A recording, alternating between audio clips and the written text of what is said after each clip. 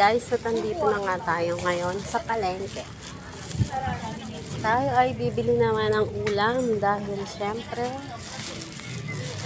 taob ang pagkain kagabi. Wala man lang natira, wala man lang may init kasi nga sobrang dami ng bisita ng aking anak.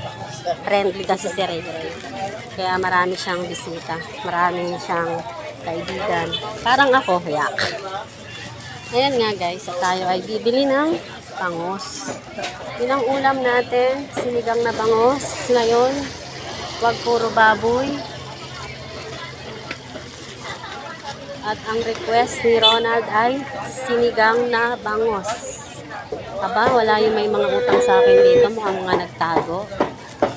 May mga kuha kasi sa akin dito ng sabon. Sabon guys, may paganda review dito. Ano te, may sabon ka pa? Ha?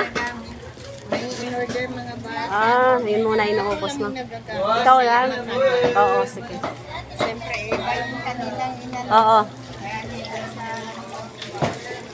At ito ang mga isda. Hay, ang mahal ng bibi ito. Kailangan tatawad na naman tayo ng matindi. Dito ako bumili ng isda. Ang mahal ng 5. Ang mahal ng 5. Dati pa nanay, no? Anong tawag dito? 2 kilo. Joke lang. Magsisigang ako.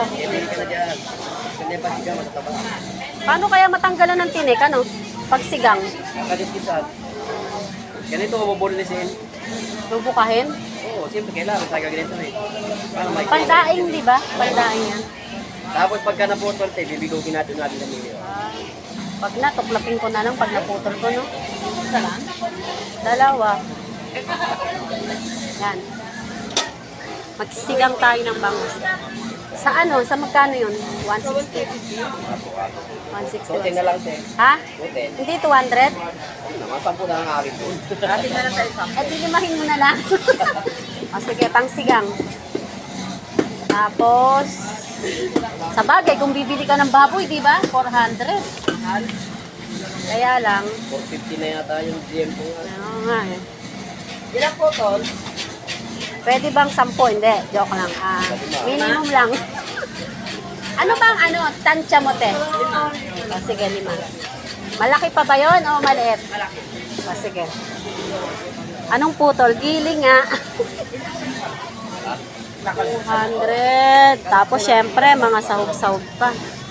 Wala yung utang sa akin na nagtitinda ng mga kangkong. Sayang.